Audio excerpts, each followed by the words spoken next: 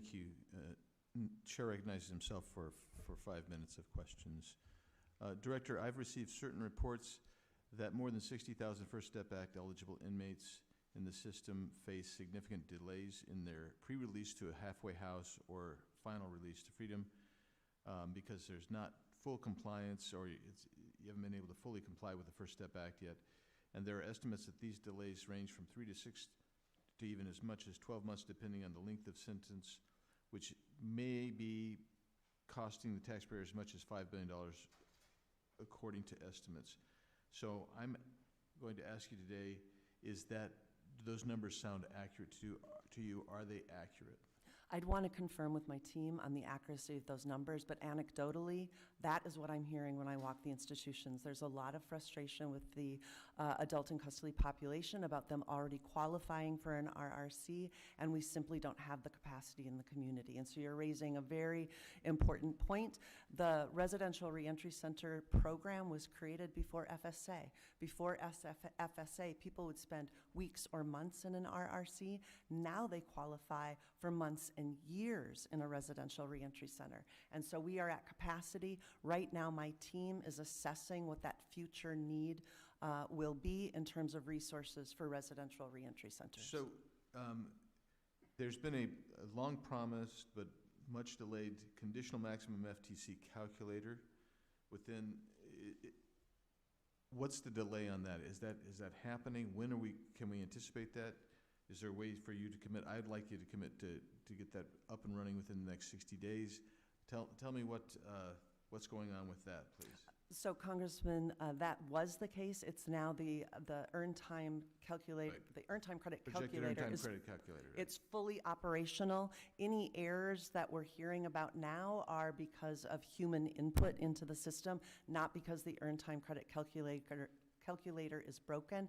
And then just recently, in the last few months, we have expanded the earned time credit calculator to do a full-on projection so that people can see if they behave in prison, if they stay in programming and treatment, their earliest release date is X.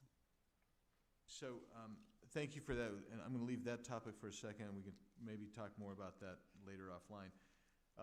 We've requested a number of items of information and requested some recorded, transcribed interviews with the guard in Pensacola and the 2 wardens in Pensacola related to the Galanis case. We've not been able to have those interviews yet, and I want, before we finish today, I want to ask you for that commitment, but there's also a series of other items, and I'm going to run through those real quickly. We requested and subpoenaed information on the following. We received less than fulsome responses to some of them. The policies, procedures, and communications regarding Galanis' application for CARES Act home confinement. We received a little bit on that. We expect more.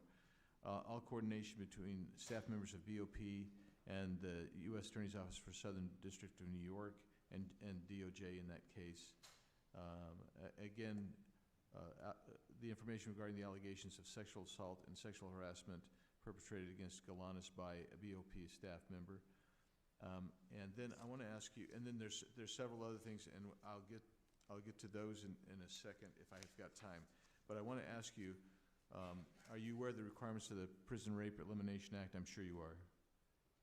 Yes. And what is the standard operating procedure of the Bureau for when an inmate reports being sexually assaulted by BOP personnel? So we take all allegations of sexual assault very seriously. They're referred to the Office of Internal Affairs, and if there's any suspicion of criminal misconduct, it's referred to the Office of the Inspector General. So is the only procedure at that point is a referral to IA? Is that the OIA, and OIA? then OIG. But there's no immediate movement of that personnel from one area. Oh yes, to there another. Absolutely could be. Yes, that's why I want that as well, please.